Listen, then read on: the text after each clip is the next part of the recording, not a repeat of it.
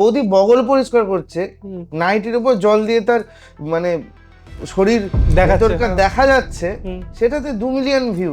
একটা ছেলে এত বছর ধরে খেটে খেটে মরে যাচ্ছে, ইউটিউবে প্রতিদিন গান দিচ্ছে, তার ভিউজ কটা 100টা। দেখো তুমি যখন বেঁচে থাকবে তখন তোমাকে কংগ্রাচুলেট করতে অনেকজন আসবে, তোমাকে কংগ্রাচুলেট করবে, এই করবে সেই করবে। কিন্তু আমার জীবনে একটাই মোটো ছিল যে আমি মরে গেলে কজন আসে। বলছি প্রোডাকশন থেকে বলেছিল যে গানটা শঙ্কর মহাদেবনের ছেলেকে দিয়ে গাওয়াবে। হ্যাঁ, খুব ভালো গাইবেন উনি। আমি বলেছি আমার ভাই গাইবে। আমাদের জীবনটা কি, আর আজকে প্রোগ্রাম আছে, আজকে আমি বড় লোক, কালকে প্রোগ্রাম নেই, কালকে আমি গরিব। আমি ভাবি যে আমার পাথর চাপা কপাল, অ্যাডিকশনটা না থাকলে ওই জায়গাটা ঝেলতে পারবে না মানুষ। আমি ওঠার আগে আমার সেট লিস্ট ধরে সব কটা গান গেয়ে নেমে গেল। জুবিন গার্গের ভিডিও করে সোশ্যাল মিডিয়া দিতে হয়নি যে দেখো আমি হেল্প করলাম, ওর হেল্প করলাম। এইটাকে বলে একটা শিল্পী। আমার রাধা মীরা যদি দেখে শুধু কেউ আমাকে নিয়ে যায়, খুব ভুল করবে জীবনে। তো গানটা প্রডিউসার রাহুল ছিল, এক্সপেক্টেড যেটা পাওয়ার সেটা পাইনি। কি আমার এইটা মানে আমার এইটাই কাজ নয় যে সারাদিন ফোন মুখের উপর ওঠালাম, হ্যালো গাইজ, হাই গাইজ, আজকে বগল চুলকাচ্ছি, আজকে হাগু করতে গেছি, এগুলো দেখানো আমার কাজ নয়। আমার কাজ গান করা। প্রোডাকশন থেকে রণদা এসে আগের দিন বলে দয়া করে স্নান করে রেডি। আমি একটু অগোছালো আর কি। হ্যাঁ, মানে কদিন স্নান করো না তাও? এখন করি, তখন একটু 5-6 দিনের গ্যাপ হয়ে যেত। শীতকালে না গরমকালে? যে কোনো টাইম আমার, I don't have any problem. যে কোনো কারণ আমার মুড হলে করবো, না হলে করবো। আমার অডিয়েন্স ভালো লাগে ভাই এখানকার মাচা শোয়। আমি পাতি মাচা সিঙ্গার, আমার ভালো লাগে। লোকজন একটু নেশা করবে। হ্যাঁ, অনেকজন বলে আমাদের এখানে নেশা হয় না, আমাদের এখানে এই হয় না, আমাদের এখানে ফোন করে ওই কমিটি থেকে ফোন করে আমাদের জানেন, আর যে কমিটি থেকে কথাগুলো বলবে দেখবে বেশি করছে।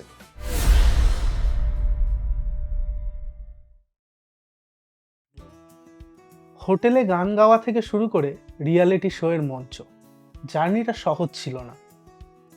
তারপরে জিৎ গাঙ্গুলির হাত ধরে সুপারস্টার দেবের সিনেমায় প্লেব্যাক করার সুযোগ, তারপর একের পর এক প্লেব্যাক, আর তারপরে নিজের কম্পোজিশন, বন্ধুর গলায় গান, 30 মিলিয়ন মানুষের মন ছুঁয়ে যায়। এরকমই একজন সিঙ্গার, পারফর্মার, কম্পোজার, আপনাদের সকলের প্রিয় আমার বন্ধু সুপ্রতীপ ভট্টাচার্য আজকে আমাদের সাথে রয়েছে আমাদের পডকাস্টে বাকবাকুয়া পাপানে।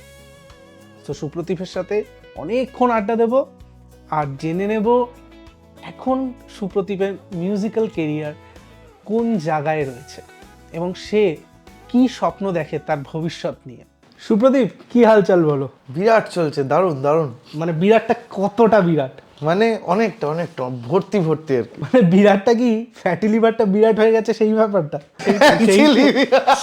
সেইটা ফ্যাটি লিভারটা বড় হয়ে গেছে। হ্যাঁ, ফ্যাটি লিভার বড় হয়ে গেছে। আমি কিছুদিন আগে ডায়েট করে একটু রোগা হয়েছিলাম, আবার আমি নিজে একটু হালকা করে আবার বাড়তে শুরু করেছি। হ্যাঁ, আমি একটু বাড়তে শুরু করেছি, মানে যেটা হয় আর কি। মানে যখন ডায়েট করছিলাম তখন খাবার দাবার খাচ্ছিলাম না, ছেড়ে দিয়েছিলাম। আবার বলে না, যে মানুষ খেতে ভালোবাসে আর কি, সে মানুষকে খাওয়া থেকে আটকানো যায় না। সকাল দুপুর রাত ভাত, এই একটি ঝামেলা। ভাত ঘি আলু ভাতে যাই আর যা পাই আর কি। শুধু ভাত ঘি আলু ভাতে খেয়েই ফ্যাটি লিভার হয়ে গেছে? না, কন্ট্রোভার্সিয়াল বলা হবে না কি কি খেয়ে ফ্যাটি লিভার হয়েছে। কাকিমা দেখবে এটা, আমাকে এসে পেটাবে কাকি। তো সারেগামার আগের স্টোরি তো আমরা অনেক জায়গায় শুনেছি, তোমার স্ট্রাগলের স্টোরি শুনেছি। আজকে আমরা স্ট্রাগল নিয়ে কথা বলবো না এখন, কারণ সব জায়গাতেই হয়ে গেছে যে এরকম, হ্যাঁ আমি অনেক স্ট্রাগল করেছি, আমিও ঠিক চাইছি না, মানে চাইছিলাম না আর কি, পুরনো স্টোরি আবার আর পুরনো কাসন্দি ঘেটে লাভ নেই। তো এখন সুপ্রতীপ কোন স্টেজে দাঁড়িয়েছে? মানে সারেগামা শেষ হয়ে গেছে, 7-8 বছর হলো, তো এখন মিউজিক্যালি সুপ্রতীপ কোন জায়গাটা দাঁড়িয়েছে? দেখো, সবাই জানে রিয়েলিটি শো এর পর একটা জায়গা হয়, সুনাম হয়, গান বাজনা হয়, অনেক অনুষ্ঠান, অনেক টাকা, অনেক কিছু। কিন্তু এইটা কেউ দেখে না যে মানে আমরা যে যবে থেকে টিভি থেকে সরে গেলাম আর কি, তবে ডিমোশন হতে শুরু করে। কারণ মানে আমাদের রিয়েলিটি শো, সারেগামাপা আমাদের সিজনটা হওয়ার পর অনেকগুলো সিজন হয়ে গেছে, পরপর অনেক ছেলেপুলে বেরিয়েছে। তবুও এই এতগুলো ছেলেপুলে, আমি কাউকে কম্পিটিটর ভাবি না যদি, কিন্তু মানুষজন ভাবে তারা আমাদের কম্পিটিটর, কারণ আচ্ছা, নতুন কেউ বেরোলো তার একটা তখন অরা ক্রিয়েট হচ্ছে, তার একটা ব্যাপার ক্রিয়েট হচ্ছে। আর এখনকার ছেলেপুলেরা আমাদের থেকে বলি খুব স্মার্ট, মানে আমরা এত স্মার্ট ছিলাম না যে সারেগামাপায় থাকতে থাকতেই যে আমাদের সোশ্যাল মিডিয়াটা খুব স্ট্রং বানিয়ে নেবো। তো এখনকার ছেলেপুলেরা স্মার্ট কাজ করে, আমি ভালো বলি সেটাকে। তারা মানে লাইমলাইটে থাকতে থাকতে তাদের জায়গাটা বানিয়ে নিয়েছে। এখন মানে তুমি বলতে চাইছো যে বেঁচে থাকতে গেলে, মানে সার্ভাইভ করতে গেলে মিউজিক ইন্ডাস্ট্রিতে সোশ্যাল মিডিয়ার প্রেজেন্সটা অনেক বেশি দরকার। হ্যাঁ, অবশ্যই অনেক বেশি দরকার, কিন্তু আমাদের মতো মানুষ যারা অতটা নিজের মধ্যেই থাকতে ভালোবাসে তারা অতটা পাত্তা দেয় না সোশ্যাল মিডিয়াকে। হ্যাঁ, তবে পাত্তা না দিয়ে যেটা হচ্ছে যে একসময় রাস্তায় বেরোতাম 500-600 লোক জড়ো হয়ে যেত, এরকম গল্প আছে। আমার প্রথম সারেগামাপা থেকে ছুটি পেয়েছি আর কি একদিন। তো ছুটি পাওয়ার পর আমি তখন অতটা তো বুঝতাম না, একটা হাফ প্যান্ট একটা টি শার্ট, যেমন আমি হাওয়াই চপ্পল পরে আমাকে নামিয়ে দিয়েছে মেট্রো স্টেশনে। কোথায় ছিল এটা, টলিগঞ্জ মেট্রো স্টেশনে দাঁড় করিয়ে দিয়েছে। তো আমি দাঁড়িয়ে আছি, একটা লোক আমাকে দেখছে আর ওপরে দেখছে, আমাকে দেখছে আর ওপরে দেখছে, লোকটার কোনো প্রবলেম আছে নিশ্চয়ই। তারপরে হঠাৎ আমি ঘুরে ওপরে দেখলাম যে একটা পোস্টার, ওখানে লেখা আছে যে ছোট মঞ্চে গান গেয়ে রোজকার, সঙ্গীতের সেরা মঞ্চ মাতাবে এবার সুপ্রতীপ বর্ধমান। আর আমার ছবি, একার পোস্টার। আর মানে জানি না এটা কি, অনেক বছর আগে আমি ওইখানটায় দাঁড়িয়ে আমার একটা বন্ধু বলেছিলাম, জানিস শালা একদিন পোস্টার লাগবে। হ্যাঁ, তো সেখানে একটা বিরাট ব্যাপার, সেখানে আমার পোস্টার, আমি যেদিকে আঙুল করেছিলাম সেদিকে লেগেছে পোস্টার। আমি দেখে যে বলে না, আমি ভাবি যে আমার পাথর চাপা কপাল, ওই কয়েকটা বছর আমার পাথরটা একটু সরে গেছিল অ্যাকচুয়ালি। আচ্ছা, তো ওইটা দেখার পর আমি মেট্রোতে উঠি, মেট্রোতে সফিস্টিকেটেড লোকজন, আমি সফিস্টিকেটেড লোকজনের গায়ক নই, আমি একদম মানে গ্রাস রুটের লোকজনের গায়ক, সত্যি কথা। তো লোকজন দেখছে ওই ছেলেটা কালে গাইছিল এরম হলো। এবার মেট্রো থেকে নেমে তখন যেটা হয় আর কি, ধূমপান করা উচিত নয়, একদম করবেন না কেউ, কিন্তু হয় এটা। মানে অ্যাকচুয়ালি আর্টিস্টদের লাইফে নেশাটা কোথাও তাদের অনিচ্ছাকৃত পার্ট হয়ে যায় তাদের লাইফের। এটাও কারণ আছে। আমি কলেজে ওঠা পর্যন্ত কোনোদিন সিগারেট খাইনি, ছুঁয়েও দেখিনি। তারপরে আমার জীবনে এমন ঘটনা ঘটেছিল, এমন একটা পজিশনে আমি থাকতাম, এমন মানুষজনের ভেতরে থাকতাম, এত একটা কেওয়াসের মধ্যে না, যে কোনো মানুষ অ্যাডিক্টেড হয়ে যাবে। অ্যাডিকশনটা না থাকলে ওই জায়গাটা ঝেলতে পারবে না মানুষ। তো আমার ওই জন্য আর কি করতে হয়েছিল, হয়ে গেছিল আর কি, মানে যেটা হয়ে গেছিল। আর ভুলভাল বন্ধু প্রত্যেকটা গ্রুপেই থাকে, যে কেউ যদি না খায় তাকে না, একদিন খা কিছু হবে না, একদিন খেয়ে মজা লাগলো, দুদিন খেয়ে মজা লাগলো, 3 দিনের দিন থেকে আর ছাড়তেই পারছি না, তারপরে সাজা হয়ে গেছে, মজা সাজা মানে বিচ্ছিরি সাজা হয়ে গেছে। তো আমরা টালিগঞ্জ, হ্যাঁ ওখানে গল্পটাই ছিল। আমি তখন তো পয়সা ছিল না, সত্যি কথা, তখন বিড়ি ফিরি চলতো আর কি। তো সেদিনকে খুব আনন্দ যে আমার এপিসোড হয়েছে, ওখানে পোস্টার, আমি দোকানে গিয়ে বললাম একটা বড় দাও, বড় নিয়ে আরামসে খাচ্ছি আর লোকজন দেখছে। অতটা তখন সত্যি বললাম না, আমরা স্মার্ট ছিলাম না, অতটা জ্ঞান ছিল না। আমি ফেলে জাস্ট টিকিটটা কাটতে যাবো, বর্ধমানের টিকিট কাটবো দমদম স্টেশন থেকে বেরিয়ে, একটা লোক এসে হাত ধরলো, বললো সুপ্রতীক। আমি বলছি হ্যাঁ। বিশ্বাস করুন, আমার 400 থেকে 500 লোকের ভিড় কয়েক সেকেন্ডের মধ্যে। কারণ তখন তো চ্যানেলে অ্যাড চলছে, সারেগামাপা, তখন ছুটি পেয়েছে। আচ্ছা, ছুটিতে মাঝখানে। তো আমি না অবাক, আমি বলছি ভাই কি হচ্ছে এটা, মানে 4টে পুলিশ এসে আমার হাত ধরে টেনে ট্রেনে তুলে দিল, বললো আপ যাই, আপকো টিকিট নেই কাটনা পড়েগা, আপ যাও। আমি ওই দিনটা দেখেছি, বিশ্বাস করো। তাই এখনকার দিনে ওই সোশ্যাল মিডিয়ায় দেখে দিদি তোমার ফ্যান, দাদা তোমার ফ্যান, আমার কিছু এসে যায় না। আমার যারা মানে তুমি সামনের ক্রেজটা দেখেছো যে অবভিয়াসলি ফিজিক্যালি কতটা অ্যাটাচ হয় একজন সিঙ্গারের সাথে, একদম।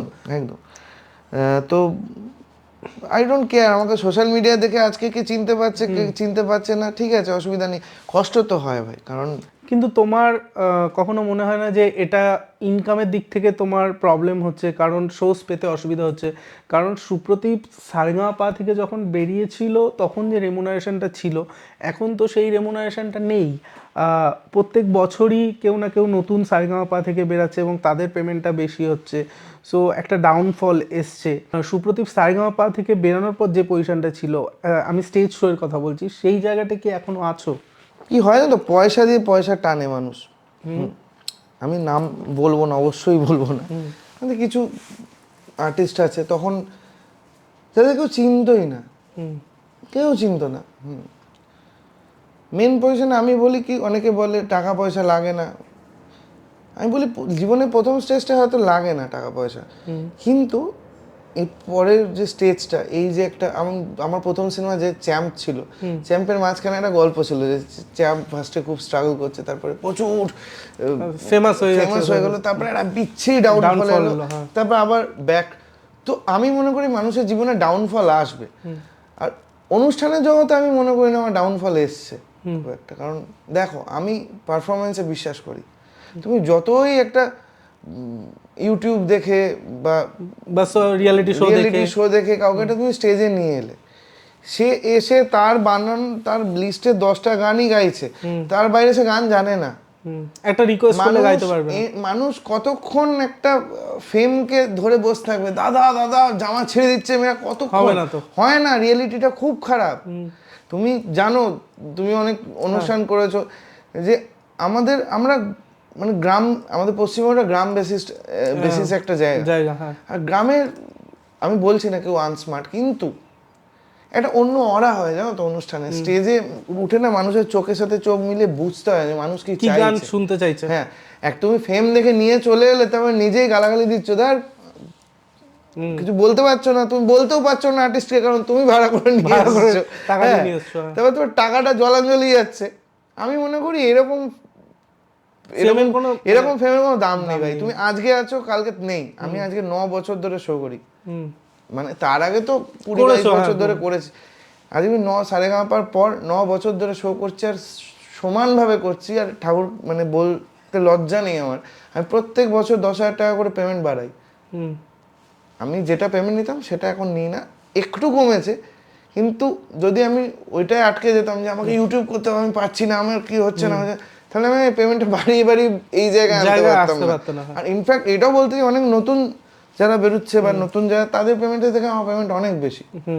আর শো এর অনেকে পোস্টার দেওয়া উচিত, কিন্তু আমি একটা কথা বিশ্বাস করি, আমি একটু মানে পুরনো মানুষ তো, 90s এর মানুষ, আর গ্রামের, বিশ্বাস করি নজর লেগে যায় জানো তো, পোস্টার পড়লে খুব লাগে।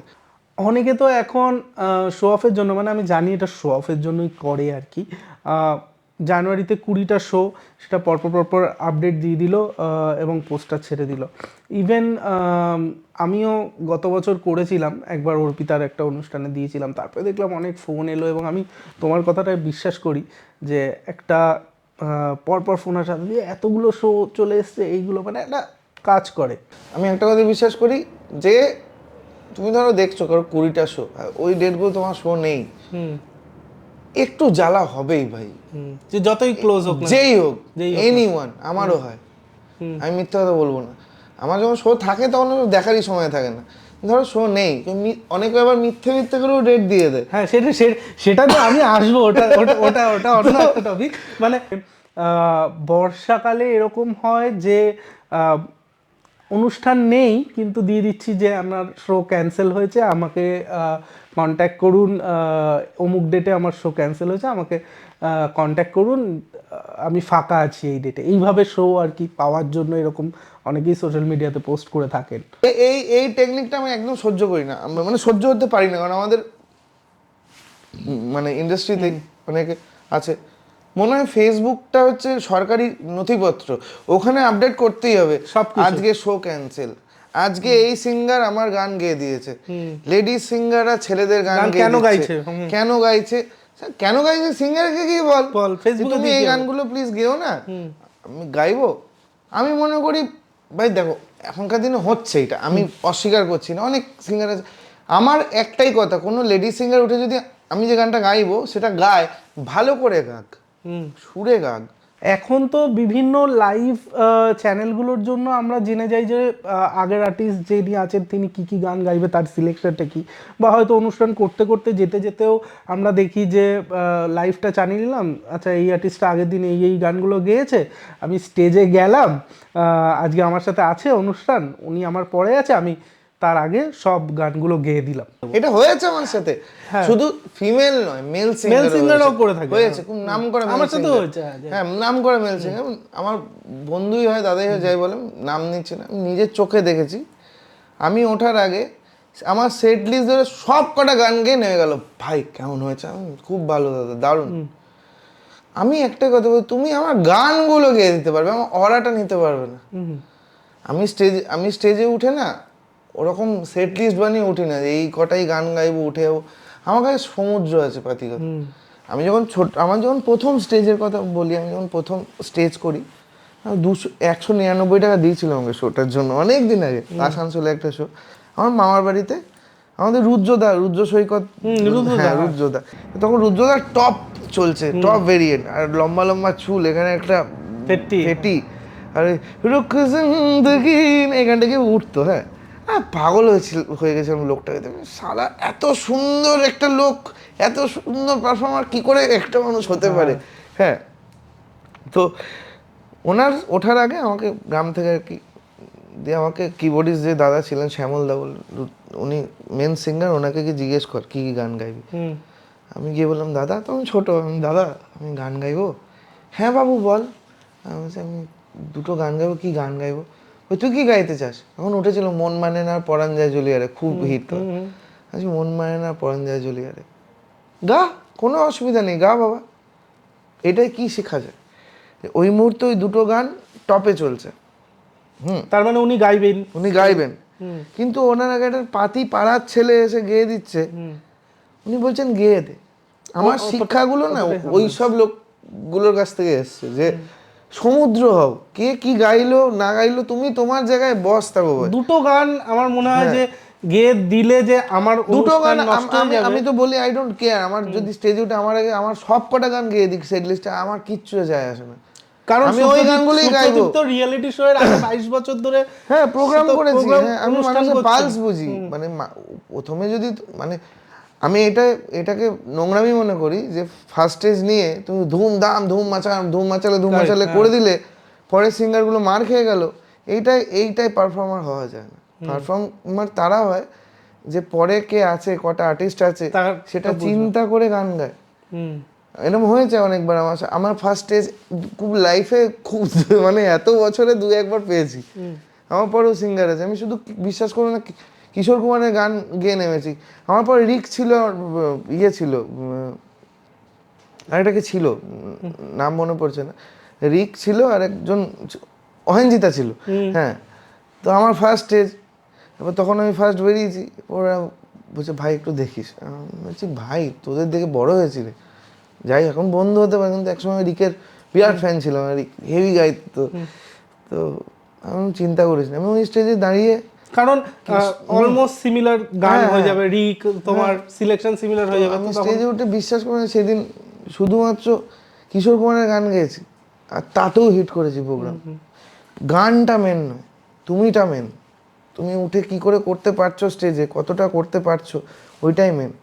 আর আমার মনে হয় যে টাইম ধরে গান আমার হয় না, ওই যে 1.5 ঘন্টার বেশি গাইবো না, 1 ঘন্টার। এখন তো কিছু পপ সিঙ্গার দেখেছি 45 মিনিটের বেশি গায় না। কিন্তু যারা মানে আমি একটা ইনসিডেন্ট বলছি, একটা সিংহদার ভিডিও দেখছিলাম, রাহুল দেবের সাথে অনুষ্ঠান ছিল, ওখানে সিংহদা অনুষ্ঠান করার পর অলমোস্ট 2 ঘন্টা অনুষ্ঠান করার পর একটা টাইম ইস্যু হয়েছিল, তো ওনাকে নেমে যেতে বলা হয়েছিল। তখন উনি একজনকে বলছেন যে কাকু এরকম আমি 2 ঘন্টা প্রোগ্রাম করি না, আমি এর থেকে বেশি করি। আমার অডিয়েন্সের উপর নির্ভর করছে, অডিয়েন্স যদি ভালো হয়, আমি একটা স্টেজে 3 ঘন্টাও গেয়েছি কিছুদিন আগে। হ্যাঁ, অডিয়েন্স যদি খারাপ হয় আমি 1 ঘন্টাও গাইবো না, আমার মুডের উপর ডিপেন্ডেবল। তুমি গেয়েই যাচ্ছ, অডিয়েন্স মনে হয় বিষ খেয়ে নিয়েছে এরকম করে দেখছে।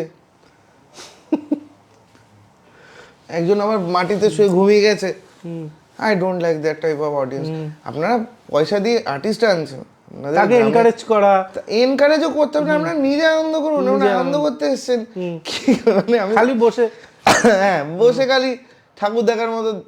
আমি বলি স্টেজে অনেক কথা গাইতে অসুবিধাও হয়, কষ্ট হয়।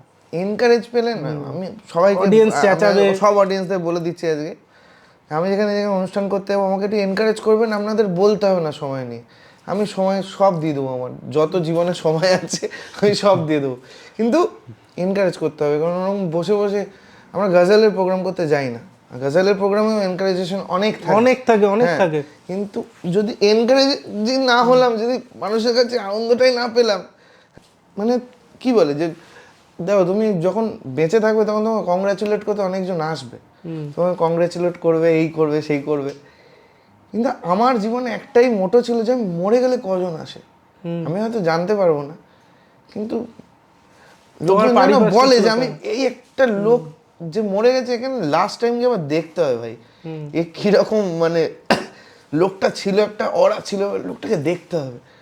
মানে আমরা যারা মিউজিশিয়ান আমরা প্রত্যেকেই একটা স্বপ্ন নিয়ে বড় হয়েছি যে আমাদের বাঙালিদের মধ্যবিত্ত বাঙালি বা মধ্যবিত্ত বাড়িতে একটাই স্বপ্ন থাকে, ছেলে বড় হবে, পড়াশোনা করবে, একটা চাকরি বাকরি করবে, তারপর একটা বিয়ে করবে, বাচ্চা হবে, আর শহরের বাইরে একটা সুন্দর ফ্ল্যাট হবে, সেখানে তারা একটা ছোট চার চাকা গাড়ি হবে, সেখানে তারা থেকে তাদের লাইফগুলো কাটিয়ে দেবে, বুড়ো হবে, ছেলে লাথ মারবে, পাতি কথা বৃদ্ধাশ্রমে গিয়ে কাটিয়ে দেবে লাস্ট।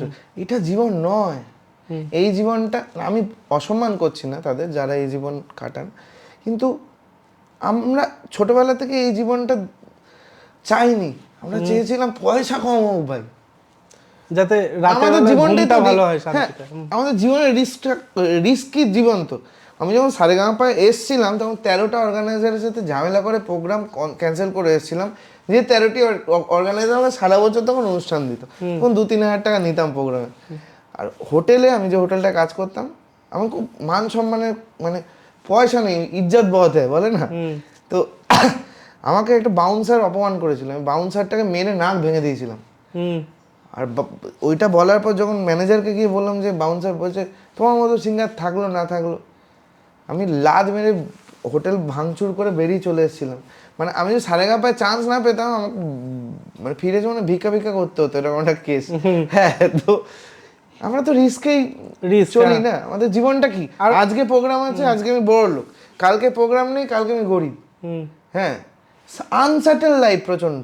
অনেকে বলে মানে তারাই আনসার্টেনটাকে সার্টেন করে নেয় যারা গান গাইতে আসেনি, শুধু টাকা ইনকাম করতে এসছে, আর নিজের অনেক আছে লরি কিনছে, গাড়ি কিনছে, ব্যবসা করাচ্ছে, এই করাচ্ছে। আমরা ব্যবসা উদার নই ভাই, আমরা আর্টিস্ট, আমরা তো বড় জোর আমরা একটা রেস্টুরেন্ট বা ক্যাফে খুলতে পারি, তুমি যেমন বললে একটা ক্যাফে খুলেছি, আমরা বড় জোর একটা ক্যাফে খুলতে পারি বা একটা ক্লাউড কিচেন চালাতে পারি, আমরা তো ভাই লরির বিজনেস করতে পারি না। আর ওই যে দেখো আমি কিছুদিন আগে বলেছিলাম যে এবার থেকে ব্লগ করবো, ফেসবুকে লিখেছিলাম গান বাজনা ছেড়ে ব্লগ করবো, সেখানে রেগে গিয়ে আমার এক বান্ধবী আমাকে ফোন করে তুই আমাকে লিখেছিস, আমি তোকে লিখিনি, মানে বলে দিচ্ছি দেবলি না, আমি অন্য কিছু দেখেছি, অনেক কিছু দেখে আমার মাথা গরম হয়ে গেছে, মাঝে মাঝে দেখো ফেসবুকে ভুলভাল লিখে দিই, ও আমাকে তুই আমাকে দেখে লিখেছিস ওইটা থেকে আমার এই আছে ওই আছে, আমি তোকে কেন বলবো, তুই তো মিউজিশিয়ান, তুই গান করিস, তোকে তুই বন্ধু আমার, তোকে কেন বলবো, আমি দেখেছি অনেকজনের ব্লগ, হাই গাইস রাজমিস্ত্রি কাজ করছে, হ্যাঁ কাজ হচ্ছে, হ্যাঁ ওখানে ভিউজ মিলিয়ন।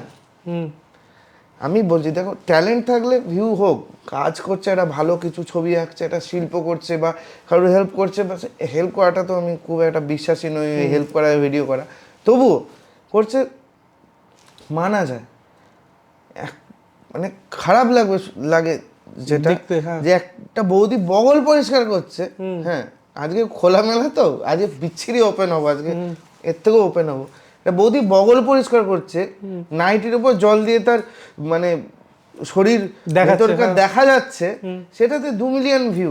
একটা ছেলে এত বছর ধরে খেটে খেটে মরে যাচ্ছে, ইউটিউবে প্রতিদিন গান দিচ্ছে, তার ভিউজ কটা 100টা। আমার প্রবলেম এখানে।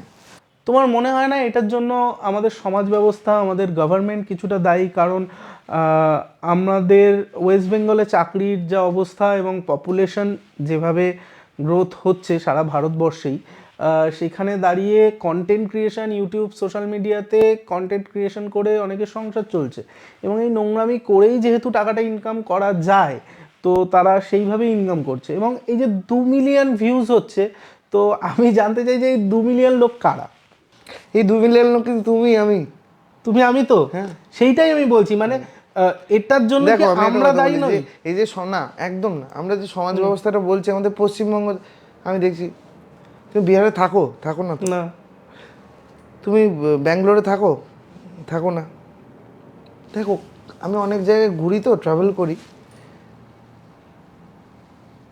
কোথাও যে তারা নিজের সরকারের বিষয়ে ভালো বলছে আমি এটা আজ পর্যন্ত দেখিনি। মানে না, সর্ষের ফুল দূর থেকেই ঘন লাগে।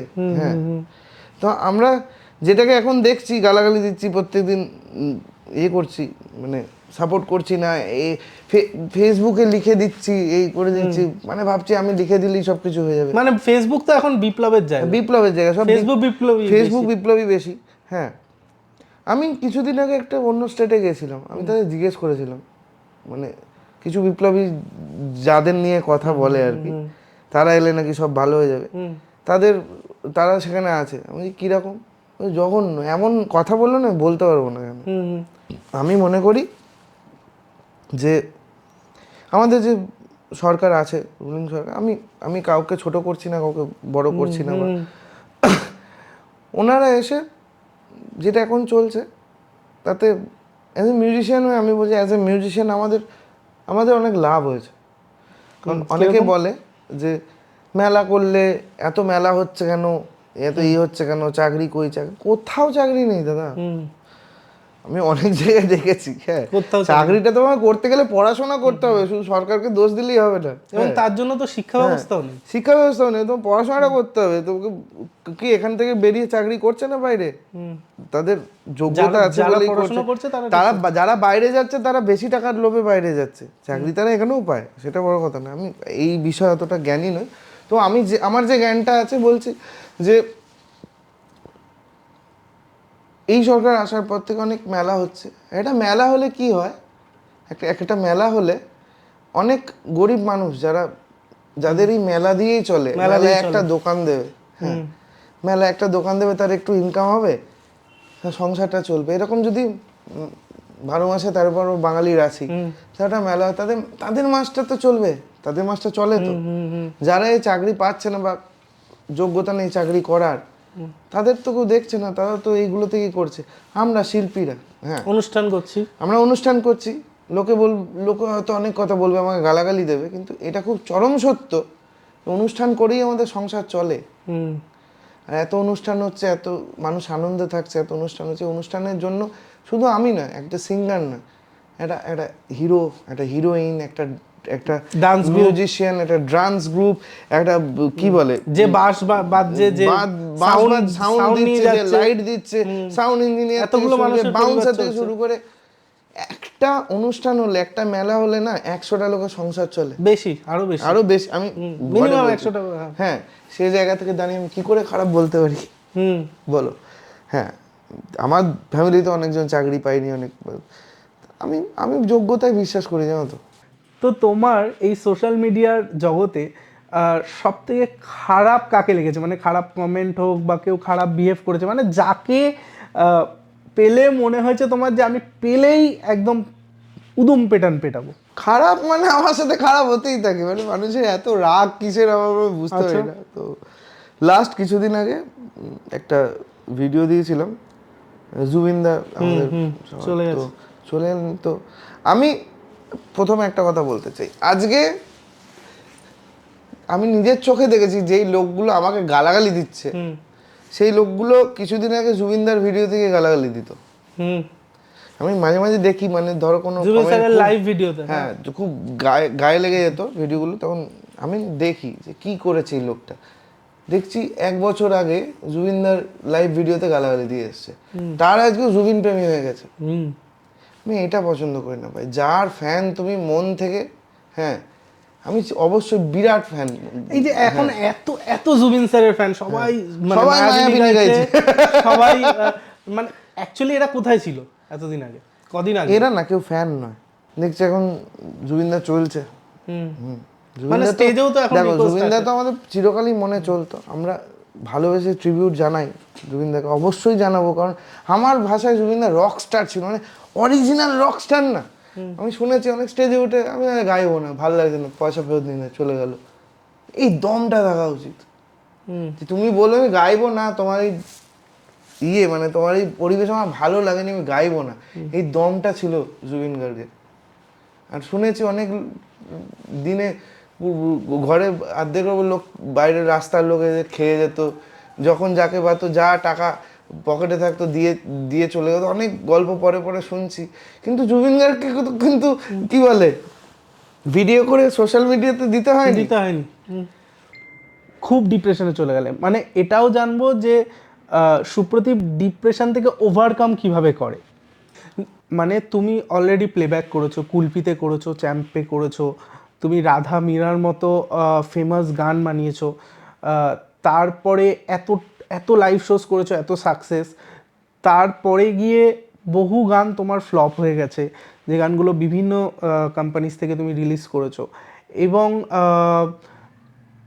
নতুন নতুন সারেগামাপা থেকে সিঙ্গার্সরা বেরাচ্ছে, তোমার এক্সিস্টেন্সটা কোথাও গিয়ে কম হয়ে যাচ্ছে, বা এই যে ডিপ্রেশনগুলো, যে গান হিট হচ্ছে না, সেই একটা মার্জিন তো তৈরি হয়ে গেছে যে গানের, তো সেই জায়গা, সেই ডিপ্রেশনটাকে হ্যান্ডেল করো কিভাবে? দেখো এই ডিপ্রেশন যে কথাটা বলে আমি এখনো ওভারকাম করতে পারিনি, সত্যি। আচ্ছা, আমি পারিনি, আমি পারবো না, কারণ আমাদের ইন্ডাস্ট্রিতে, আমাদের জায়গায় অযোগ্য লোকে ভরে গেছে, অযোগ্যতায় ভরে গেছে, পাতি কথা, মানে অযোগ্য লোক, আমি মুখের সামনে বলে দেবো, অযোগ্য লোক, তারা কাজ পেয়ে যাচ্ছে, তাদের প্রচুর কাজ হাতে। আজকে আফটার রাধা, আফটার মীরা, আমাকে কেউ অ্যাওয়ার্ড দিয়েছে ডেকে?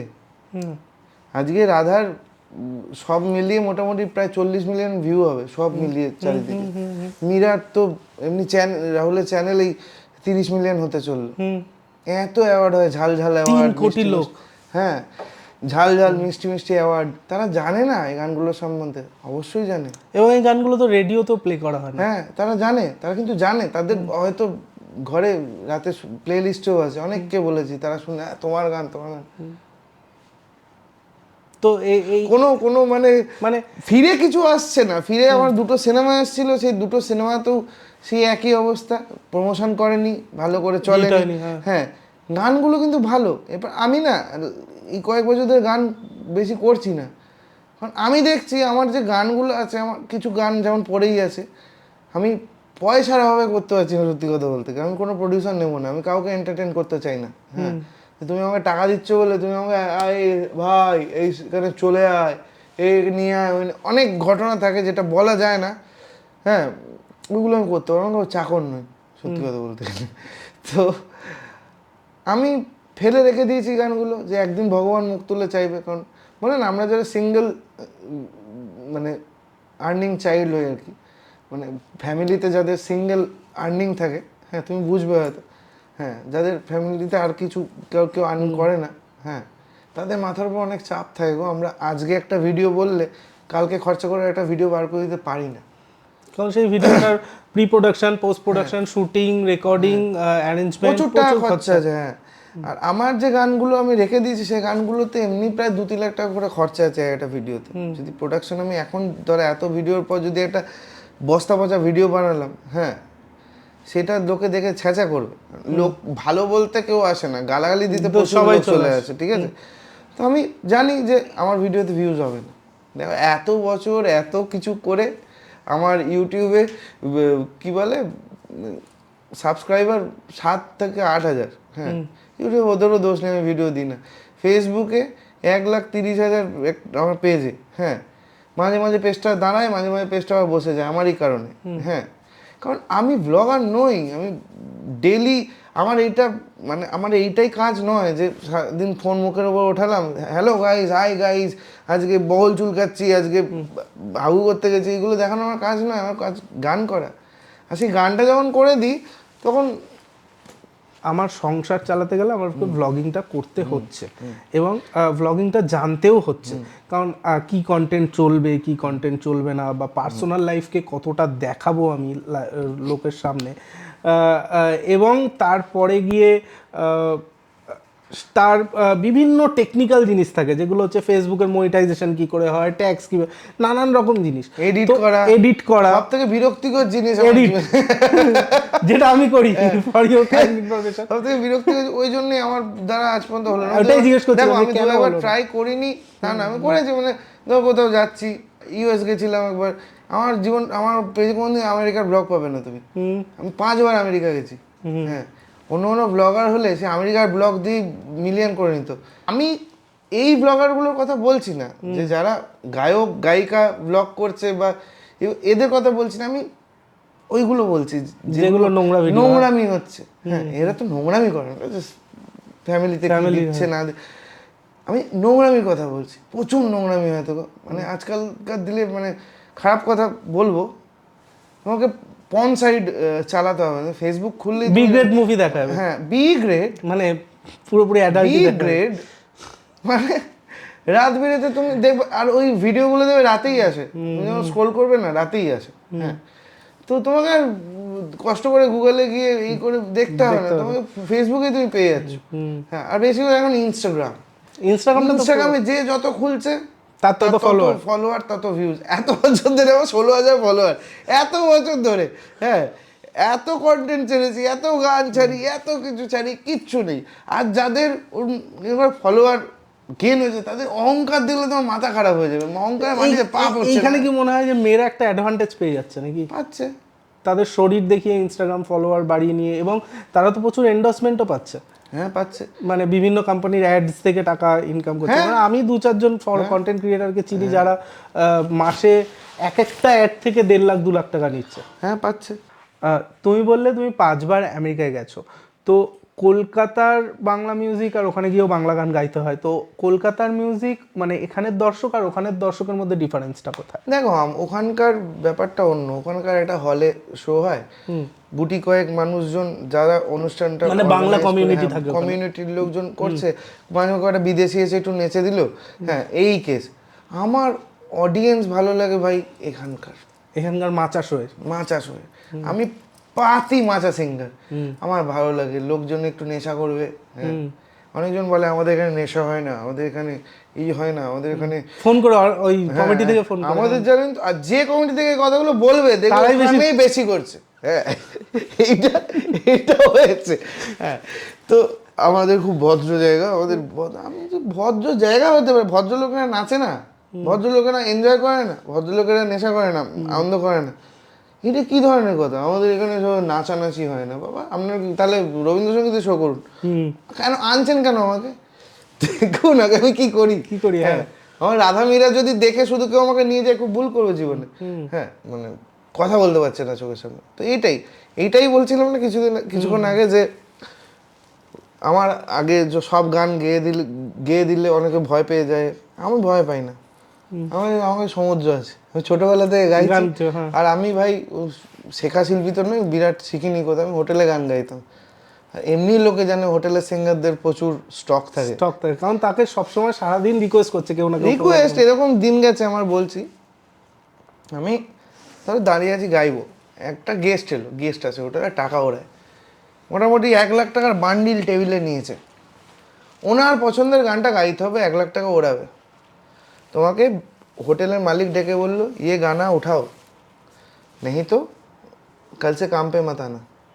আর তখন আমার চলছে সংসার অভাব, পার ডে ওই 400-500 টাকা আমার কাছে প্রচুর, ফ্যামিলি আমিই চালাই।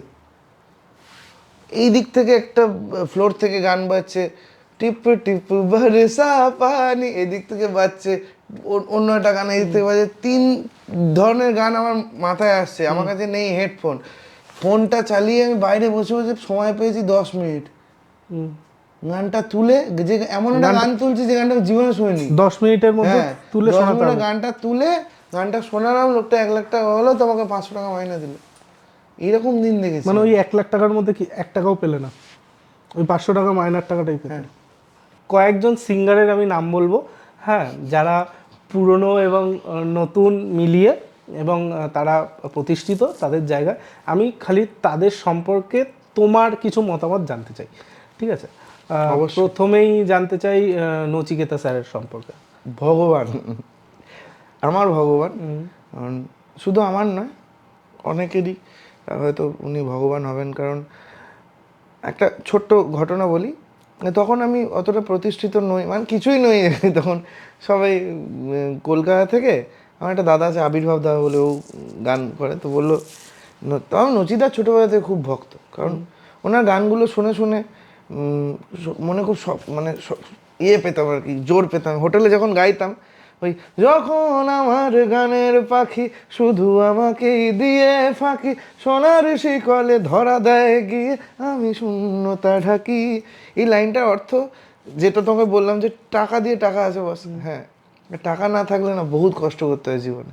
মানে সোনার শিকল যাদের আছে তাদের একটু কাটলেও লোকজন বাবা করবে, বড় বলবে, তাদের সম্মান সব জায়গায়।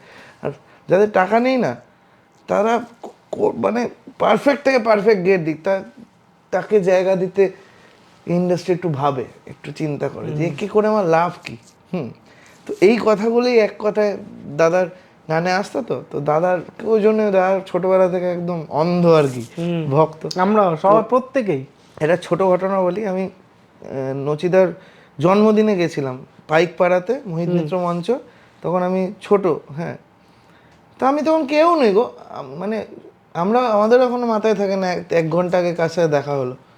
দাদাকে আমি 3 ঘন্টা আগে গিয়ে প্রণাম করলাম। দাদা প্রণাম, শোনা কি না, সুপ্রতীপ। আর আমি তখন একটা নর্মাল ওই হাওয়াই চপ্পল এরকম একটা খুব সাধারণ ড্রেস, বলছি গান করিস? আমি বলছি হ্যাঁ দাদা। বলছে ঠিক আছে, পরে কথা বলে। আমি 3 ঘন্টা পর আবার লাস্টে যখন সবাই প্রণাম করতে গেলাম, আয় সুপ্রতীপ বাবা আয়। নামটা মনে রেখেছো? বলছে দাদা, বলছে কি কি কোথায় থাকবি তুই? তো বর্ধমান যেতে পারবি না। বর্ধমানে থাকি সেটাও মনে আছে। আমি দাদা একটা বন্ধুর বাড়িতে থাকবো। বলছে ঠিক আছে, পয়সা আছে না বলবো ছেড়ে দিতে? না দাদা, আমি চলে যাবো দাদা। এই জন্যই না নচিকেতা। আর আমার রাধা বানানোর ইন্সপিরেশন, গান লেখার ইন্সপিরেশনও উনি, হ্যাঁ, উনি আর জিদ্দা। তো আমি আসতাম যে জিৎ স্যার, আমি দেখছি যে তুমি যে লকেটটা পরে আছো, হ্যাঁ অ্যাকচুয়ালি জিৎ গাঙ্গুলি স্যারও সেম একটা লকেট পরে থাকে। তো জিৎ স্যার তোমাকে চ্যাম্পে গাইয়েছে, এবং যখন তুমি সারেগামাপাতে ছিলে তখনও জিৎ স্যার তোমাকে অনেক বেশি ভালোবাসা দিয়েছে। তো ওই মানুষটা সম্পর্কে দুটো কথা তোমার থেকে শুনবো। উনি আমার আরেক ভগবান। আমার কয়েকজন আছেন যাদের আমি ভগবান মানি। জিদ্দা তো কি বলবো, আমাদের ছোটবেলার ক্রাশ বলতে পারো মিউজিশিয়ানদের কাছে জিৎ গাঙ্গুলি। মানে জিৎ গাঙ্গুলি আমাদের কাছে কি বলবো, একটা সেই ইমোশন, এটা বিশাল। জিৎ গাঙ্গুলি মানে সঙ্গীত বাংলা, সঙ্গীত, হ্যাঁ, জিৎ গাঙ্গুলি মানে সঙ্গীত বাংলা, জিৎ গাঙ্গুলি হিট গাঙ্গুলি, জিৎ গাঙ্গুলি মানে ইমোশন। এখানে সারা জীবন যতদিন বেঁচে থাকবো দাদা এখানে, হ্যাঁ। আর বাংলা গানকে মডার্নাইজ করার পেছনে, মানে এই আমাদের ভালো লাগার বাংলা গান, একদম একটা বাংলা গান ছিল কোথায়? বাংলা গান ওই সময়টা, যে সময়টা কথা বলছি 2002 সামথিং এরকমই তো, হ্যাঁ হ্যাঁ, এরকম সময় বাংলা গান হিট কোথায় ছিল? বাংলা গান তখন শেষ হয়ে যেতে ছিল, বসেছিল, হ্যাঁ। সেই উকুন টুকুন এসব গান হতো, দাদা নিজেই বলেছে। আমি যখন প্রথম দিন স্টেজে এসে দাঁড়িয়েছিলাম সারেগামাপাতে, জিদ্দাই ফার্স্ট বলছে হাই সুপ্রতীপ, তুমি কি গাও, কি করো? এই করি দাদা। আমি তো দেখেই পাগল হয়ে গেছি। শালা জিৎ গাঙ্গুলি বসে, কুমার শানু বসে আছে, আরেক ফ্যান শানুদার, জিদ্দার আমি মানে ডাই হার্ট আর কি, হ্যাঁ। কে বসে আছে, কি করে গাইবো? জিৎ স্যারের গানের সাথে তো আমরা কানেক্ট করেছি না, যখন গান রিলিজ হয়েছে তখন আমরা কানেক্ট। দেখো আজকেও বাংলা সিনেমায় গান হচ্ছে, আমি ছোট করছি না, সবাই ভালো কাজ করছে। এখনো আমরা জিৎ গাঙ্গুলিকে ভুলতে পারি না। লাইভ স্টেজেও জিৎ গাঙ্গুলির গান, জিৎ গাঙ্গুলি ছাড়া হয় না। কিন্তু দেখো আজকে যদি 5টা গান সিনেমা বেরোয়, 5টা সিনেমার গান তুমি গাও স্টেজে, গাও না। কিন্তু তখন 5টা সিনেমা বেরোয়, 5টা সিনেমার একটা গান হলো স্টেজে গাই, তার এখনো গাইছি, এখনো মালারে, এখনো মন মানে না, এখনো সেই জুবিন গার্গ, এখনো সেই জিৎ গাঙ্গুলি, এখনো চলছে প্রেম আমার।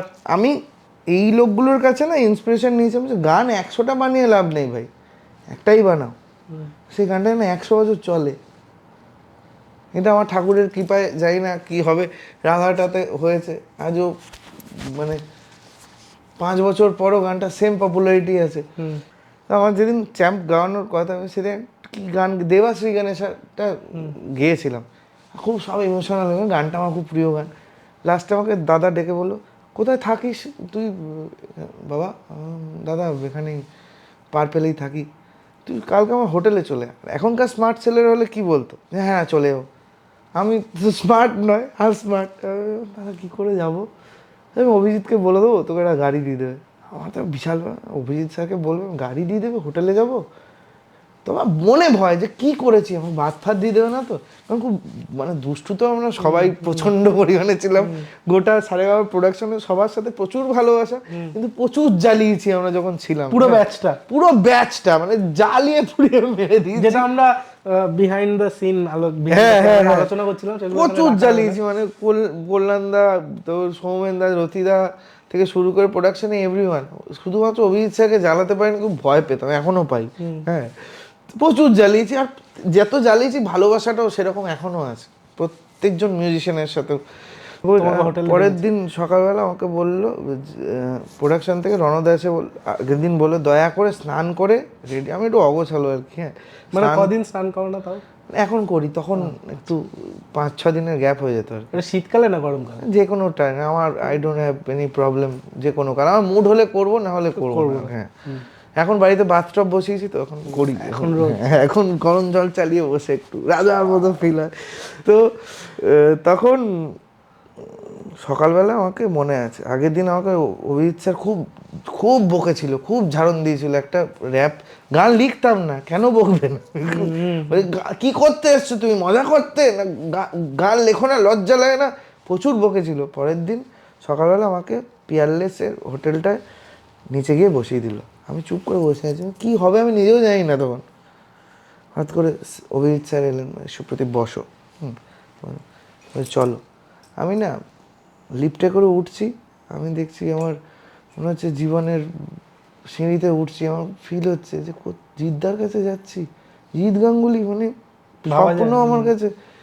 দরজাটা খুললো না জিদ্দা, মনে ভগবান দরজা খুলছে, টপ ফ্লোরে থাকে জিদ্দা, আমাকে বসিয়েছে। বৌদি এত ভালো, মানে চন্দ্রানীদি এত ভালো, আমাকে বলছে কি খাবি বাবা? আমি কি বলবো, জিদ্দা এখানটা বসে আছে পাশে, আমি এখানটা বসে আছি, অভিজিৎ স্যার ওখানটা বসে আছে, আমি না চিমটি কেটে নিলাম গায়ে। সত্যি তো আমাকে নিজের একটা গল্প শোনালেন যে এই হোটেলটা থাকলে আমি পুরনো দিন দেখতে পাই। ওই যে দেখছিস ধর্মতলা, ওইখানটা আগে আমি বড়নগর থেকে এসে বাস থেকে নামতাম, একটা অটো করে যাওয়ার পয়সা ছিল না আকাশবাণী ভবনে, আকাশবাণী বাজাতেন উনি, তো হেঁটে হেঁটে যেতাম। একদিন মোনালির বাবা, মানে শক্তি ঠাকুরের আর কি, ওনার রেকর্ডিং ছিল, আর আকাশবাণীর মাথা থেকে ইডেন দেখা যেত, তখন সবাই খেলা দেখতে চলে গেছে, আর আমি যাইনি, বাজাচ্ছিলাম। তো খালি মানে মনে ঠাকুরের বাবা আর কি, শক্তি ঠাকুর, উনি এসে চিল্লামিল্লি করছে, সব মিউজিশিয়ান তখন এক থেকে হতো, তো সবাই খেলা দেখতে চলে গেছে, আমার রেকর্ডিংটা কী হবে।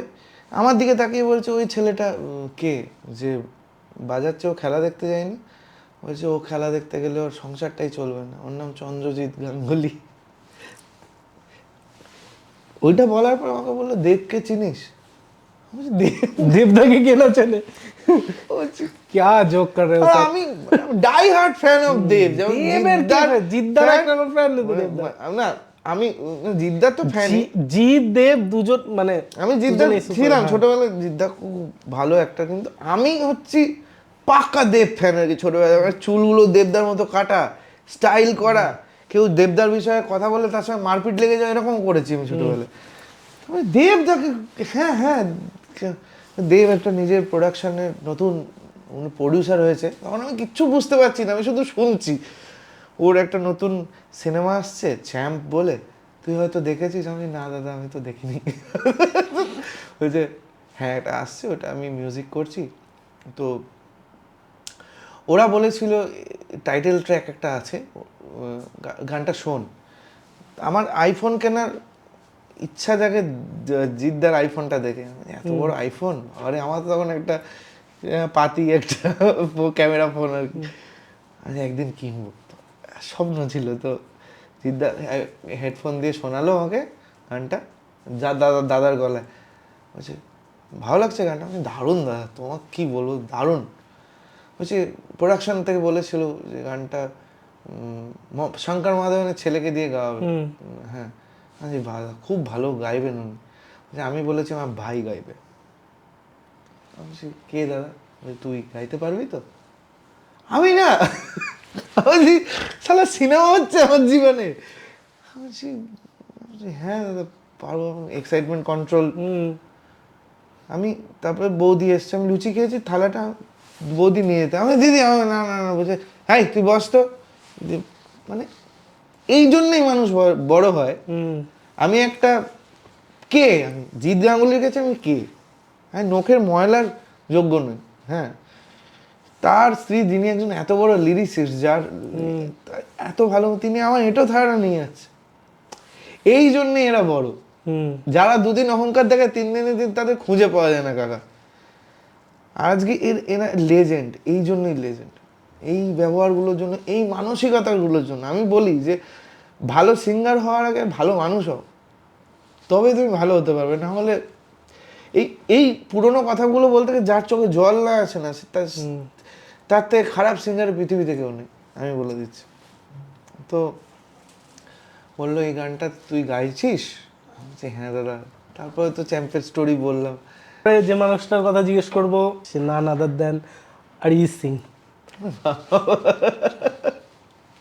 জুবিন স্যারকে নিয়ে আমরা শুনলাম, নচিকেতাকে নিয়ে শুনলাম, জিদ্দাকে নিয়ে শুনলাম, এবার অরিজিৎ সিং এর সম্পর্কে তোমার কাছে। আমি একটাই কথা বলতে চাই যে ভগবান কিছু কিছু মানুষদের সব দিয়ে দেয়, জানো তো। মানে ধরো আমার মধ্যে, আমি ধরো রক গাইছি, আমি ধরো এইটা গাইতে পারছি না, বা আমি এই কাজটা ভালো, এই কাজটা আমি করতে পারছি না, তো ভগবান কিছু কিছু লোকের মধ্যে কোনো খুঁতি রাখে না, সব দিয়ে দেয় ঢেলে নে। ওই আমি বলি যখন অরিজিৎ সিংয়ের জন্ম, ভগবান বানাচ্ছিল ওকে, খুব খুশি মুডে ছিল, মানে ভগবানের টাকা পয়সা এসেছিল বা প্রেম হয়েছিল, নতুন রিলেশন হয়েছিল, মন্দাকিনী টিনি কেউ একজন, কারণ নাচ দেখে ইন্দ্রদেব খুব খুশি হয়ে গেছিল, ফুল মস্তিতে ছিল, দে সেটা সব দিয়ে দে। He is universe. মানে গর্ব ভাই, একটা গ্রামের ছেলে, আমাদের গোটা ওয়ার্ল্ডের মধ্যে স্পটিফাই 1 নাম্বার, যেটা আমরা কোনোদিন ভাবতে পারি না। আমার না খুব দেশপ্রেমিক, আমার দেশের কিছু ভালো হলে খুব ভালো লাগে। আমি যখন 2022 যখন হলিউডে গেছিলাম, হ্যাঁ, হলিউডে গিয়ে না, আমি হলিউডের যেখানটায় অস্কার হয় আর কি, অস্কারের নামগুলো লেখা আছে, আমি কাছে 2008টা খুঁজছি, স্ল্যামডগ মিলিয়নেয়ার, আমাদের একটা অস্কার আছে, আর সত্যজিৎ রায় একটা খুঁজছি। আমার খুব ভালো লাগে যে আমাদের মানুষ, আমাদের মানুষ আজকে ওয়ার্ল্ড ওয়াইড বিখ্যাত, ভাবা যায় না। মানে আমার খালি একবার দেখা করার ইচ্ছা আছে, আমি কোনো ছবি তুলবো না, কিচ্ছু করবো, আমাকে খানিকখানি বসে দেখবো, আমার বাড়ি চলে আসবো। মানে এই ব্রডকাস্টটা অরিজিৎ, অত সময় নেই তোমার, যদি দেখো, আমার একটাই স্বপ্ন, তোমাকে একবার দেখবো, আমার সুরে যদি তুমি না গান গাও, এত ছাড়ো সব দিঘা স্বপ্ন। না নিশ্চয়ই হবে। কিন্তু আমার একটা কথা, যে স্বপ্ন দেখা উচিত। তুমি যদি একটা মার্সিডিজ কেনার স্বপ্ন দেখো, তবেই তুমি গিয়ে একটা সুইফট কিনতে পারবে। তো তুমি যদি ছোটবেলা থেকেই ভেবে না সাইকেল কিনবো, সাইকেলেই চলে যাবে, তুমি কোনোদিন কিচ্ছু করতে পারবে না জীবনে। মার্সিডিজটা বড় স্বপ্ন আর কি। হ্যাঁ, স্বপ্ন দেখতে হয়, স্বপ্নই বড় করে একদিন। মানে ভাবো, একটা ছেলে যে ডেলি 300-350 টাকার জন্য একটা রুমে শুতো, যে রুমটা আমার বাথরুমের থেকেও ছোট, এখন যে ঘরটায় থাকি আমি, বাথরুমের থেকেও ছোট, তা সেই ঘরটায় একটা থাকতো, বাইক থাকতো, হ্যাঁ, পাশে একটা চৌকি ছিল, এটা 800 টাকা ভাড়া সোদপুরে, সেই ঘরটায় থাকতাম। সেই ছেলে আজকে এসে এখন কিছু তো করেছে, হ্যাঁ, মানে বিশাল কিছু ইউটিউবার হয়ে যায়নি, ভিউজ নেই, হ্যাঁ, কিন্তু আমার এইটা গর্ব, আমার গান 5 বছর পরও লোকে গায়। আমি গাইনি তো কি হয়েছে, লোকে গায়, ভালোবাসে, ব্যাস। একটা দুকলি শুনি অরিজিৎ সিং এর গান তোমার গলা থেকে, গানটাই শোনা হয়নি, কথা ছোট করে। सांस हैरान है, मन परेशान है, हो रही सी क्यों रुआ सा ये मेरी जान है, नैना जो साँझ ख्वाब देखते थे नैना बिछड़ के आज रो दिए हैं यूं। क्या बात। Thank you. তো আমরা পডকাস্টের শেষের দিকে চলে এসেছি। এইবার যে গানটা সম্পর্কে জিজ্ঞেস করবো সেটা তোমারই কম্পোজিশন। তো রাধার সম্পর্কে আমরা অনেক তোমার ইন্টারভিউতে দেখেছি, রাহুলের ইন্টারভিউতেও দেখেছি রাধা কীভাবে কিছুটা তৈরি হয়েছে আমরা জেনেছি। মেনলি যেটা অরিজিনাল গান রিলিজ করার পর এত ভিউজ, এত নাম ডাক, প্রত্যেকটা স্টেজে তোমাদেরকে রিকোয়েস্ট করে গান গাওয়ার জন্য, কিন্তু গানটা থেকে ইউটিউব যে রয়্যালটিটা সেইটা কিভাবে শেয়ার করেছো তোমরা? কঠিন প্রশ্ন করে দিয়েছি, মানে এটা এক্সপেক্টেড ছিল না।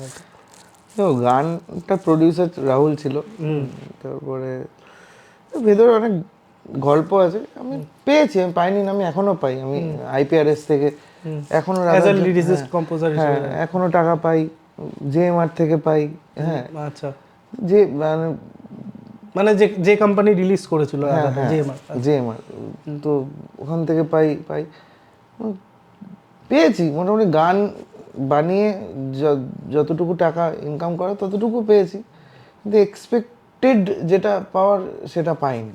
হ্যাঁ, কারণ নিজেদের মধ্যে অনেক মিসআন্ডারস্ট্যান্ডিং হয়েছে এই গান। রাহুলের সাথে না বহুত ঝামেলা হয়েছে, ওর সাথে 1 বছর কথা বলিনি আমি। রাহুলের সাথে 1 বছর তুমি কথা বলো? হ্যাঁ। কিরকম? তারপর খুব মিটে গেছে কি ঝামেলা? হ্যাঁ, মিটে গেছে। লাস্ট দিদিনে অনেক ঝামেলা মিটেছে আমাদের, কিন্তু 1 বছর কথা বলিনি। কারণ ও একটা ইন্টারভিউতে বলেছিল রাধা মীরা ওর কম্পোজিশন, হয়তো ফ্লোয়ে বলে দিয়ে পরে স্বীকারও করেছে সেটা না। ওইটা দেখে আমার খুব, মানে আমি না, কি বলো তো, আমি তোমার চিনি না, আমি তোমার অভিমান ভালো কিছু করবো না, তো রাহুল আমার খুব কাছে। মানে রাধা লেখার আগে আমার যে সিচুয়েশনটা ছিল, যে জন্য রাধা লেখা আর কি, তো একটি মেয়ের জন্য আমি রাধা লিখেছিলাম, সত্যি কথা আজকে আমি স্বীকার করলাম। একটি মেয়ের সঙ্গে আমার ছাড়াছাড়ি হয়ে গেছিলো, মেয়েটিকে আমি বলেছিলাম যে তুই আমার সাথে এরকম করলি তো, আমি তোর জন্য ইতিহাস লিখে দেবো, সেই ইতিহাস তোকে সারা জীবন বহন করে বেড়াতে হবে।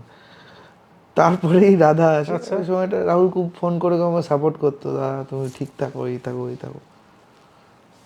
দেখো, এত বড় একটা কম্পোজিশন খুব পাগল আছে অন্য কাউকে দিয়ে গাইয়ে দেবে, কিন্তু আমি ওরকম নই। মানে আমার মনে হয় যে গানটা যাকে দিয়ে জাস্টিফাইড হয়, যে গানটা আমার কানে যে ওর গলাতে ভালো লাগছে, আমার মনে হয় যে সেই গাক। আমাকে অনেকে বলে তুমি গাওনি কেন, ওই মুহূর্তে দাঁড়িয়ে আমার গলার খুব প্রবলেম ছিল, বা আমি কেঁদে এত কষ্টে ছিলাম, আমার গান গাইতে ইচ্ছা করছিল না। রাহুলের গলার শুনে খুব খুশি হয়ে গেছিলাম। আর এই গানটা নিয়ে আমাদের এত এক্সপেকটেশনও ছিল না। ওই মুহূর্তে টুম্পা রিলিজ করেছিল, আর টুম্পাটাও আমাদের কোম্পানি থেকে ছিল না, ওটাও ভালো গান, কিন্তু ওই ধরনের গান আর এই ধরনের গানের মধ্যে তফাৎ আছে। এই গানটা যে এরম করে বেরিয়ে যাবে, এরম করে বড় হয়ে যাবে, এটা আমরা কেউ এক্সপেক্ট করি না, আমরা জাস্ট করে দিয়েছিলাম। এখন কি রিগ্রেট হয় যে কেন আমি গাইলাম না গানটা? না, রিগ্রেট হয় না।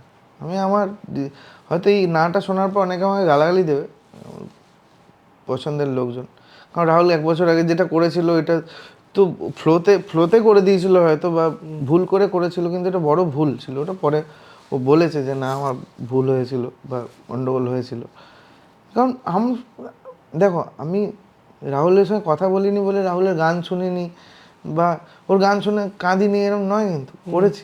আমাকে অভিমান, আর অভিমানটা তার উপরেই হয় যাকে তুমি থেকে বেশি ভালোবাসো নিজের জীবনে। তাই ব্যাটার উপর অভিমান হয়েছিল, রাগ হয়েছিল খুব। আর বন্ধুদের ভেতরে তো এটাই হয়। আর মনে হচ্ছিল গিয়ে মাথা ফাটিয়ে দেবো মেরে, এরকম। তারপর কথা বলা বন্ধ করে দিয়েছিলাম। তারপরে তো আবার সব ঠিকঠাক হয়ে গেছে কিছুদিন আগে। হ্যাঁ, সব মিটেছে ঝামেলা। লাস্ট সে বিচ্ছিরি কাণ্ড, ওর ফেসবুকে গিয়ে আমার ফলোয়াররা গালাগালি দিচ্ছে, ওর ফলোয়াররা আমার ফেসবুকে গালাগালি দিচ্ছে, এরকম ঝামেলা। মানে আমি কাউকে কিছু বলিনি, কিন্তু হ্যাঁ এটা নেই, কিন্তু ওর যে ওই বলাটা যেটা, সেটা শুনে পডকাস্টটা ছিল, হ্যাঁ ওই পডকাস্টটা হয়ে গেছিল, একটু ছড়িয়ে গেছিল। এরপর যারা দেখে তারা এটা মানতে পারেনি, এবার আমার যারা ভালোবাসে আমাকে তারা তো রেগে এসেছে, হ্যাঁ এই করবো, ওই করবো, সেই করবো। তো আমিও না ঝামেলাটা বেশি দিন ঠিক, আমার কারোর বেশি দিন রাগ থাকে না, সত্যি কথা বলতে গেলে। আমার মনে হয় রাহুলের জন্য রাধা ছিল। বল না, ও আমার মনে হয় কৃষ্ণ ঠাকুর গানটা লিখিয়েছে, সুর করিয়েছে আমাকে দিয়ে, ওকে দিয়ে গাইয়ে দিয়েছে। আজকে একটু তোমার গলায় 2 লাইন শুনি, আমরা তো লাইভ শুনি। ঠিক আছে, গিটারটা হ্যাঁ হ্যাঁ হ্যাঁ হ্যাঁ, তুমি বাজাও তুমি। কোন স্কেল আছে বলো? D D.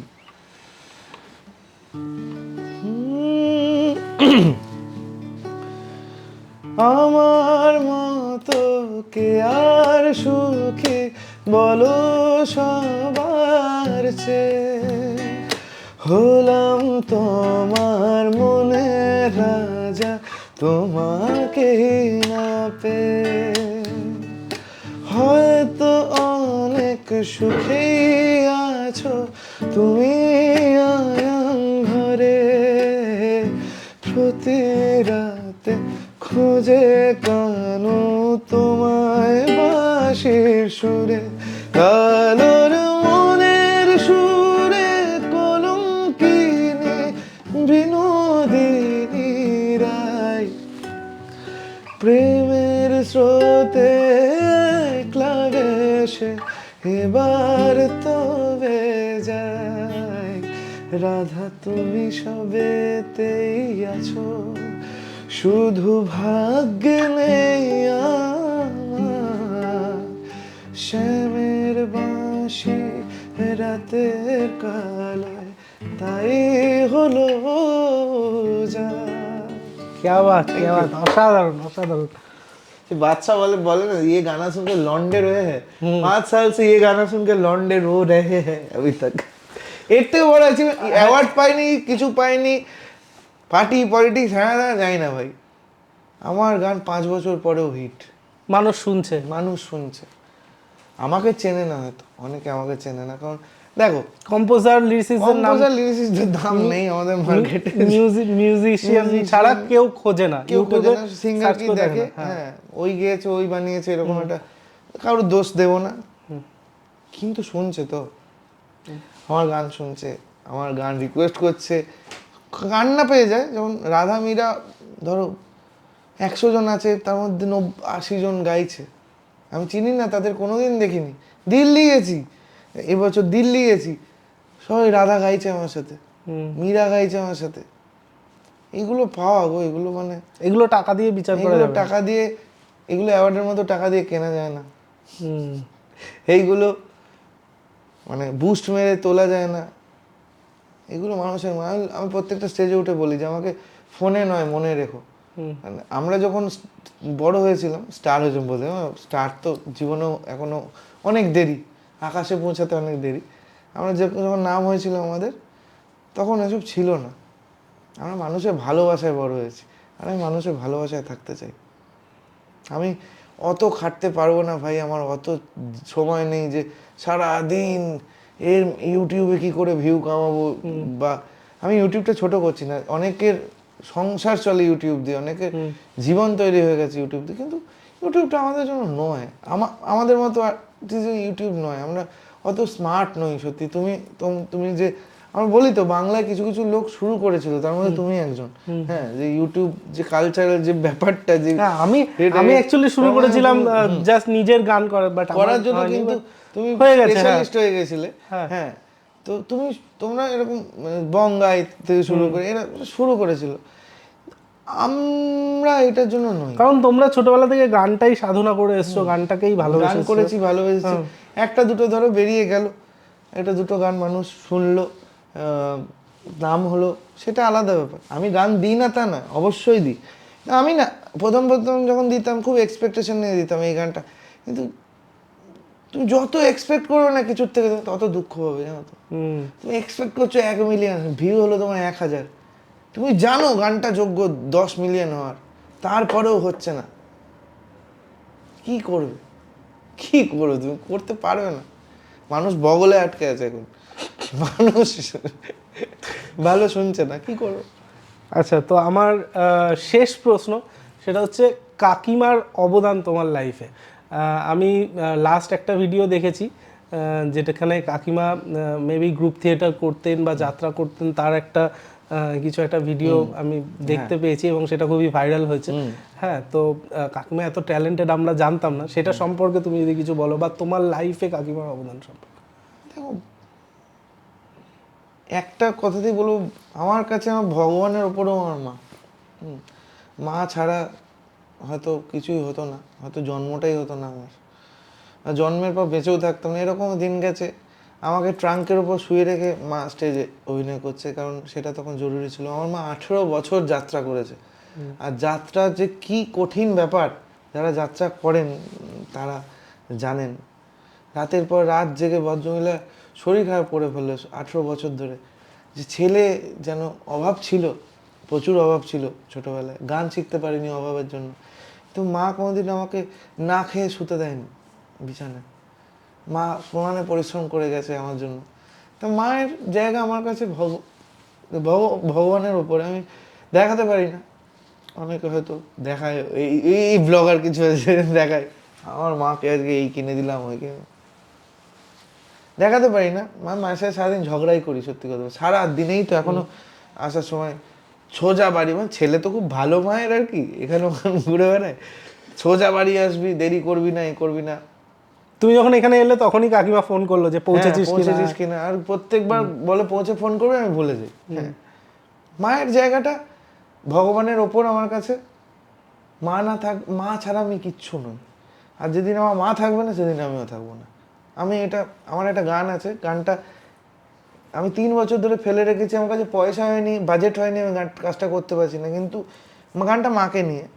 তো গানটা যেদিন বেরুবে, লিখে দিতে পারছি, একটা যদি একটা 0 সাবস্ক্রাইবার চ্যানেল থেকে বেরোয়, গানটা মোটামুটি 10 মিলিয়ন খাবেই।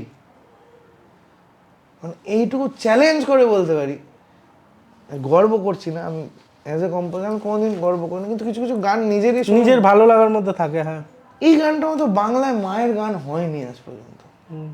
এত বড় কথা বলে দিলাম। আমরা এই নেক্সট মাদার্স ডেতে আমি প্ল্যান করছি, কেননা পিগি ব্যাংকে 1 বছর ধরে টাকা জমে যাচ্ছি, টাকা হবে 2-3 লাখ টাকা লাগবে আমার ভিডিওটা শ্যুট করতে, আমি করব।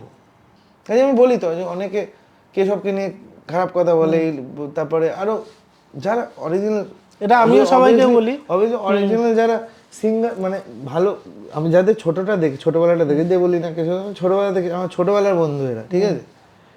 আমি বলবো ছেলেটাকে খারাপ কথা বলার আগে একটা কথা চিন্তা করো, ছেলেটা নিজের চেষ্টায় দাঁড়িয়েছে।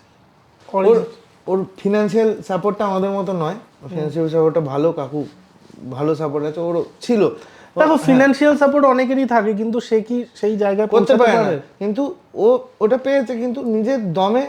কিন্তু আজকে যে জায়গাটায় আজকে দাঁড়িয়ে আমি কেশবকে বলি যে, আমি একসময় দেবের ফ্যান দেখতাম, যে আমি কেশবের ফ্যান দেখি ওরকম, হ্যাঁ, পাগল ফ্যান। হ্যাঁ, তো এই জায়গাটা বানাতে হয়েছে ওকে ভাই, হ্যাঁ, এই জায়গাটা ওকে বানাতে হয়েছে, আর এই জন্যই পুরো চ্যানেলটা অরিজিনাল সং দিয়ে দাঁড় করানো, নিজের গান দিয়ে দাঁড় করানো।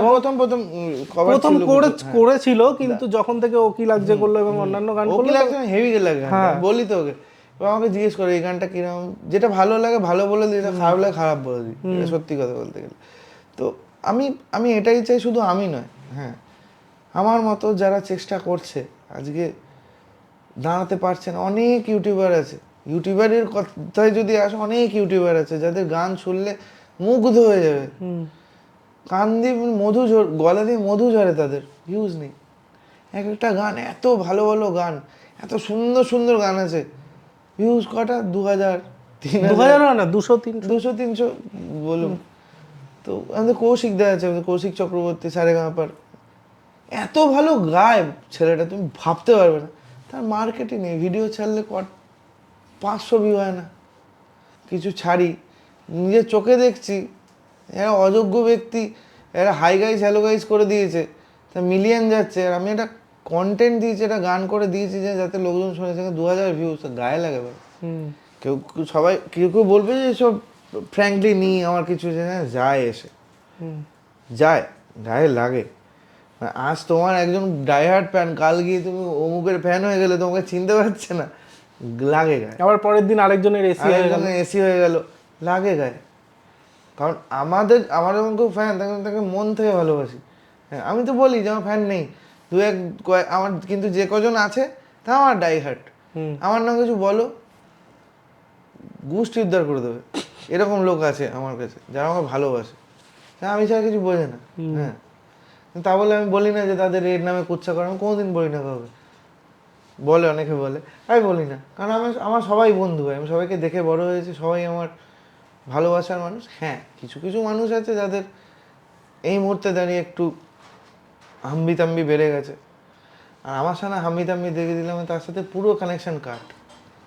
মাসে কবার ব্রেকআপ হচ্ছে? না এখন ওইটা আগে ছিল। আমি প্রেম ভালোবাসার দিকে বলতে চাইলে ছেলেরা মানে আমি যখন প্রেমে থাকি খুব লয়াল হয়ে যায়, এটাই আমার সবথেকে বড় দোষ। তুমি যখন একটা সম্পর্কে থেকে নিজের সবটা কারোর কাছে দিয়ে দেবে না, মানে জানিয়ে দেবে না যে আমি তোমাকে ছাড়া থাকতে পারবো না, সেই মুহূর্ত থেকে মানে যে অপরজন আছে সে তোমার সুযোগ নেওয়া শুরু করবে, তোমাকে ছোট করবে, তোমাকে পাত্তা দেবে না, ঠিক তখনই ভাঙে সম্পর্কটা। ওইটাই, তাই আমি এখন নিজে আর কাউকে পাত্তা দিই না। একদিন ফোকাস খালি নিজের কাজ বাজ এবং সব। হ্যাঁ, গান ছাড়া মরে যাবো আমি ওরকম ফোকাস হয়ে আছে। এটা ল্যাদ, আমার জীবনে প্রচুর ল্যাদ, শুয়ে থাকি এই করে দেয়, যখন কাজ করবো তখন সিরিয়াসলি করবো এরকম। আর গান ছাড়া, গানই করি সারাদিন, ওইটা ছাড়া তো ডাই। সো আমরা আজকের পডকাস্টটা এখানেই, সুপ্রদীপের সাথে অনেক বড় হয়ে গেছে অলরেডি গল্প করতে করতে, মানে অনেকদিন পরও এসছে অ্যাকচুয়ালি আমার বাড়িতে, আর তাই জন্য আড্ডাটাও ক্যামেরার সামনেও অনেকক্ষণ হলো, ক্যামেরার পেছনেও অনেকক্ষণ হয়েছে, যেটা তোমাদেরকে দেখাতে পারবো না। একটা কথাই বলি, মানে পাপানকে ধন্যবাদ যে আজকে দেখি আজকালকার মার্কেটে অনেকে আং বাং চাং, হ্যাঁ, পডকাস্ট করছে, তারপরে এই টক ওই টক সেই টকে গিয়ে টক ঝাল মিষ্টি গল্প বলছে, চেনেই না, বানিয়ে গল্প বলে, বানিয়ে গল্প বলেছে। কিন্তু যারা রিয়েল স্ট্রাগলার, যারা রিয়েল মানুষ, তাদের কেউ ডাকে। আমার এই পডকাস্ট, আমাকে আজ পর্যন্ত কেউ পডকাস্টে ডাকেনি। গৌরব দার সাথে একটা পডকাস্ট করেছিলাম, ওই পডকাস্টটা রিলিজই হয়নি। হ্যাঁ, আচ্ছা, আমি ফার্স্ট টাইম একটা পডকাস্টে, আমার খুব ভালো লাগলো নিজের মনের কথাগুলো বলে। থ্যাংক ইউ, আমাকে ইনফ্লুয়েন্স করেছে অর্ণবকে থ্যাংক ইউ মামা, আমাদের সবার মামা। তো ও আমাকে একদিন ফোন করে বললো, ভাই পডকাস্টটা শুরু করো, তুমি সবাইকে চেনো মোটামুটি মিউজিক ইন্ডাস্ট্রিতে যারা রেগুলার কাজ করছে, তো সুপ্রদীপকে আগে ডাকবে। আমাকে বলেছে কিন্তু সুপ্রদীপকে আগে ডাকবে, তো জানে আমার জীবন অনেক গল্প আছে, আপস এন্ড ডাউনস গুলো জানে। তো অর্ণবকেও ডাকবো আমরা এই পডকাস্টে। আপস এন্ড ডাউন যেমন বললে, তো একটা কথা বলি যে ডাউন তো আমি চলছি এখন, সত্যি কথা, মনস্তাত্ত্বিক দিক থেকেও একটু ফিনান্সিয়াল, নতুন বললাম ফ্ল্যাট নিয়ে যাও, নতুন করে সাজিয়েছি। আমি জানি একদিন হবে, বল চ্যাম্প সিনেমার মাঝের পোর্শনটা চলছে এখন আমার। হ্যাঁ, আমি দেখো রোগা হয়েছি কত, আমি 105 কেজি ছিলাম, এখন 80 কেজি হয়েছি। কেন হয়েছি? কারণ এই যুগে থাকতে গেলে একটু দিখাবাটাও দরকার। তুমি যখন একটা মানুষের প্রেমে এতই ডুবে যাবে যে তুমি নিজের ওপর ধ্যান রাখতে পারবে না, সেরকম প্রেম আমি বলবো আমি করেছি, তোমরা কেউ করো না। ভালোবাসো নিজের জায়গাটা রেখে, মানে বলছি না যে ভালোবাসায় কোনো খামতি দাও, কিন্তু নিজের জায়গাটাও যেন বরকরার, মানে বজায় থাকে, নিজের সেলফ রেসপেক্ট হারিয়ে কোনোদিন ভালোবাসা হয় না। আর অনেকে বলে যে ব্রেকআপ হয়ে গেলে গান লিখি, আমার তো 2 বছর হতে চললো, গান লিখতে পারিনি একটাও। এইসব মুড, এসব যখন ভগবান দেয় তখনই হয়, তার আগে হয় না। সুপ্রদীপের সাথে তো অনেকক্ষণ আড্ডা দিলাম, আর এই বাংলা পডকাস্ট ভিডিওগুলো যদি আপনাদের ভালো লেগে থাকে তাহলে প্লিজ চ্যানেলটা সাবস্ক্রাইব করে দেবেন, লাইক করবেন, শেয়ার করবেন। আর এই চ্যানেলের শর্ট ভিডিও আপনারা পাবেন বকবকুয়া পাপান এই ইউটিউব চ্যানেল থেকে। সো সাবস্ক্রাইব করতে ভুলবেন না, কমেন্ট করে অবশ্যই সাথে থাকুন।